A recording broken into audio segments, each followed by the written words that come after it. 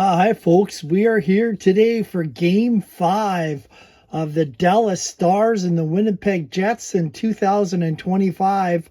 I made up some cards and I'm just play testing the cards to make sure they're accurate and I don't have any mistakes. We're going to the third period, and as you can see, the Winnipeg Jets are trying to get back in this series, and they have a 3-0 lead over Dallas. They scored twice in the first period, Kyle Connor and Cole Perfetti. And then in the second period, Mark Scheifele puts in a power play goal. And the Jets are up 3-0 going into the third. The shots right now, Dallas has 18 and Winnipeg 21. Quality scoring chances, Dallas just won. Winnipeg playing a great defensive game. And they have 4 good scoring chances on Ottinger. So we're just going to get right to the hockey game. We're going to play out this third period, and here we go. From the draw, we roll a 7. So a 7 is going to be a lull on the face-off chart. So I will just check off 3 L's on the face-off chart, and we're going to start again. We're going to have an 8. 8 means it's going to go to the home team, so it's picked up there by Winnipeg. Here we come with the puck, and I roll another 7. So that is going to be another lull. So I'll put down 3 lulls, and we are already 6 minutes in. Winnipeg playing a defensive effort, little game of cat and chase here, and we roll a 6. So a 6 means it goes to the visitors. Dallas has the puck, they bring it out, and we have a 5. 5 is going to be a possible penalty. Let's see who the penalty is going to go to. It's going to go to number 8. And 8 on my chart is offensive player number 1. So it possibly could go to Granlund. So you check player 1 against player number 5, which is going to be DeMello. He's a 0.5. DeMello is a 0.5. So Granlund's going to get the penalty. So he is going to the penalty box. See how many minutes he gets. We roll a 6. That is going to be a 2-minute minor. So Granlund is getting 2 minutes.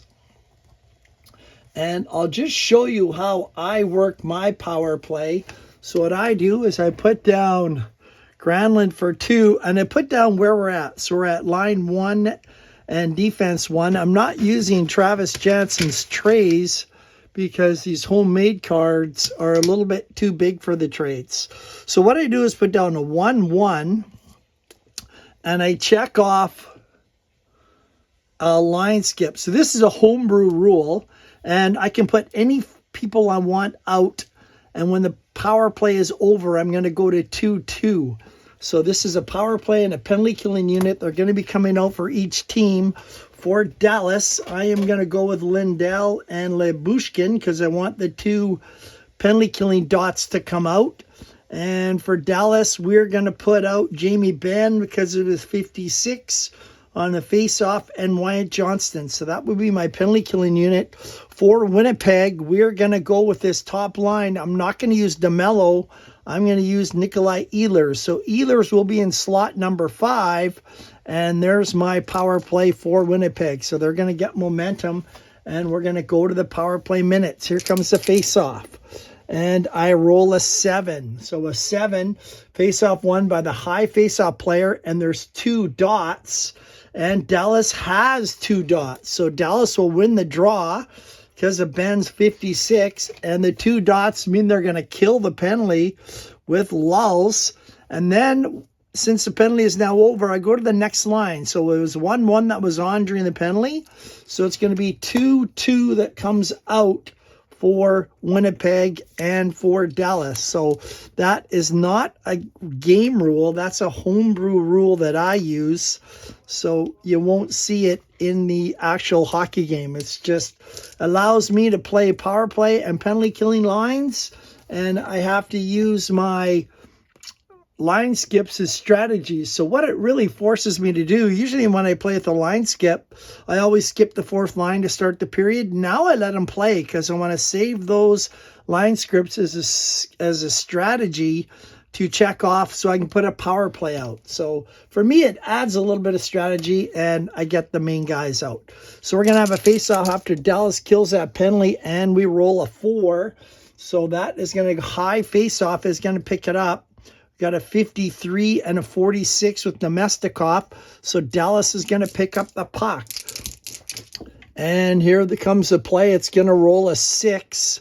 So we're looking at player number 5 on Winnipeg, which is Sandberg. Player number 1, which is Marchment. And the trait we're looking for is 5, which is Smart.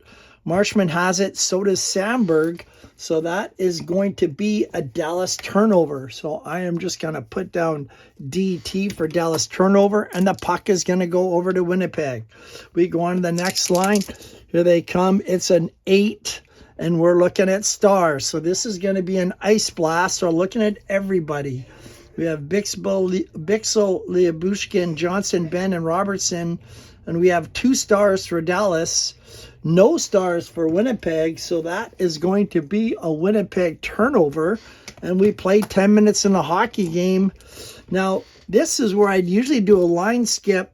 I think I'm going to play the 4th lines for each team because if a power play comes up, I can use that line skip to put out the top unit.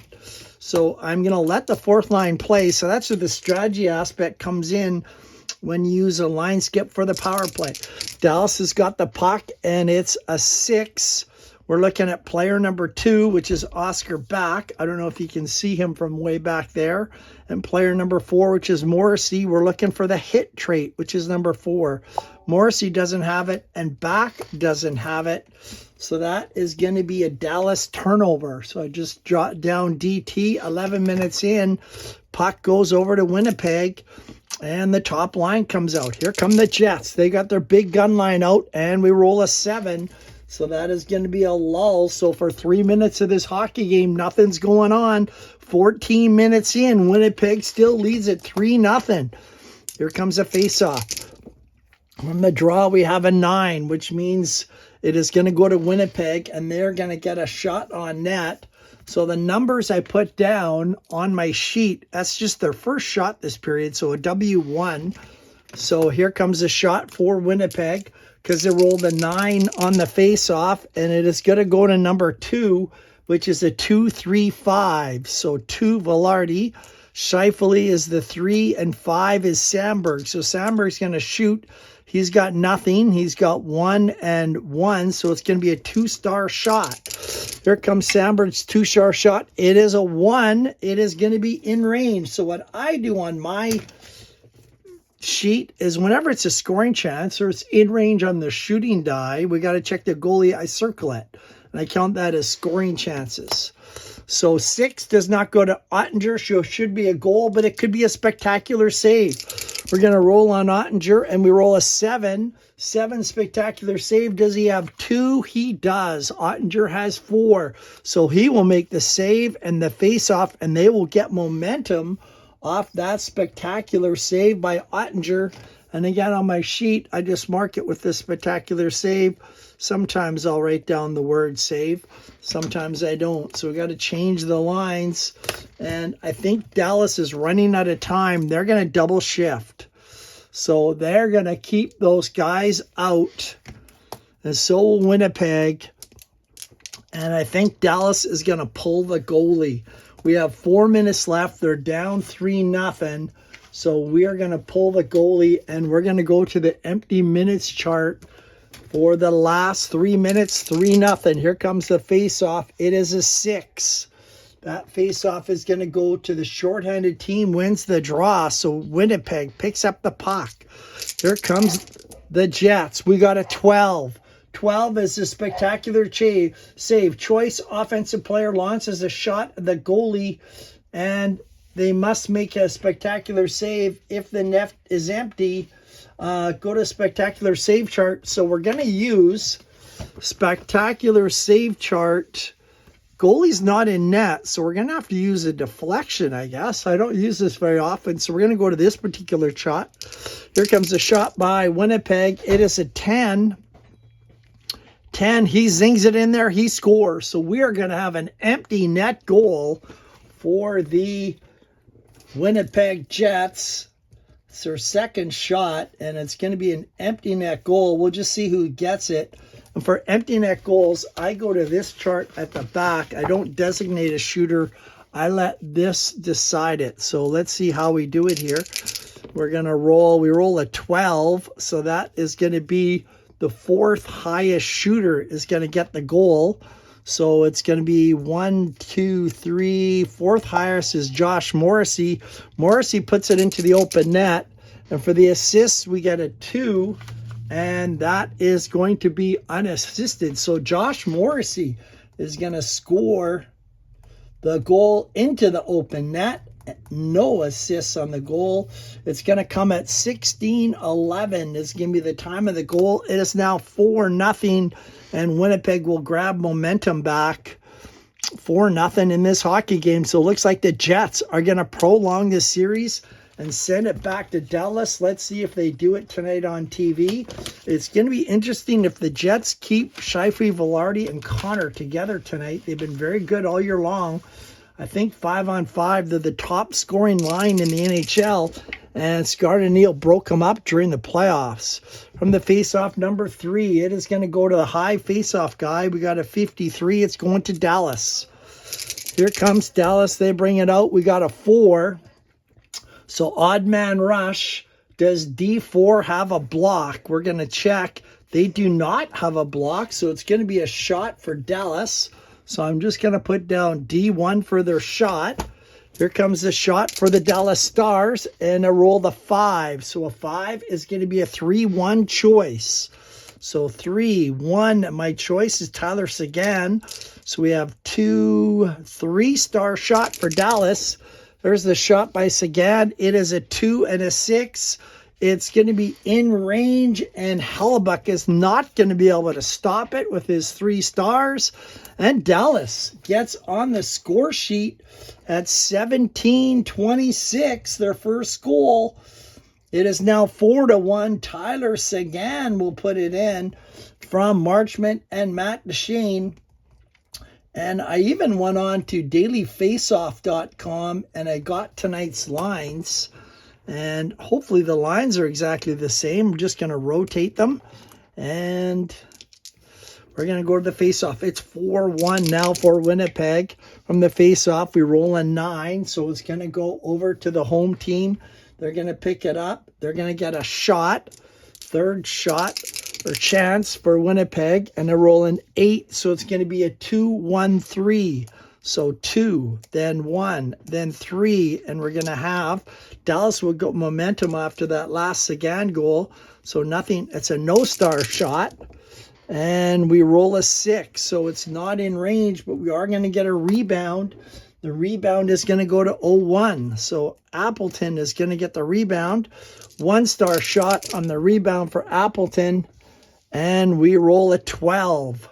That is going to be a save, and the clearing attempt is kept into the blue line. Offense stays the same. We're not going to do a time advance. We're not going to change the lines. So Dallas is going to pick it up. We'll keep that third line out there. And we got a 4. And a 4 with a 3. It's an odd man rush. Does 0-3 have a triangle? And he does. So Dallas is going to get a shot on net. This is going to be the last play of the game. Dallas's second big chance in the hockey game, and it is an 8, so it is going to be a 2-1-3 for Wyatt Johnston. We got a 2, 3, 4, 5-star shot for Dallas. I'll roll it on here. Not sure what happened there, folks. The video cut off quickly. I think you had a text message. The final score from Winnipeg, it is going to be a 4-1 hockey game for the Winnipeg Jets. Final shots were 31-25 for Winnipeg. Scoring chances 6-3, 3 stars. We're going to give to Kyle Connor, Mark Scheifele, and Connor Hellebuck. So we'll be going back to Game 6 in Dallas. We'll see what happens tonight on TV. But this was a fun one. We'll see if the Jets can pull out a score similar to this tonight to prolong the series. That's all, folks.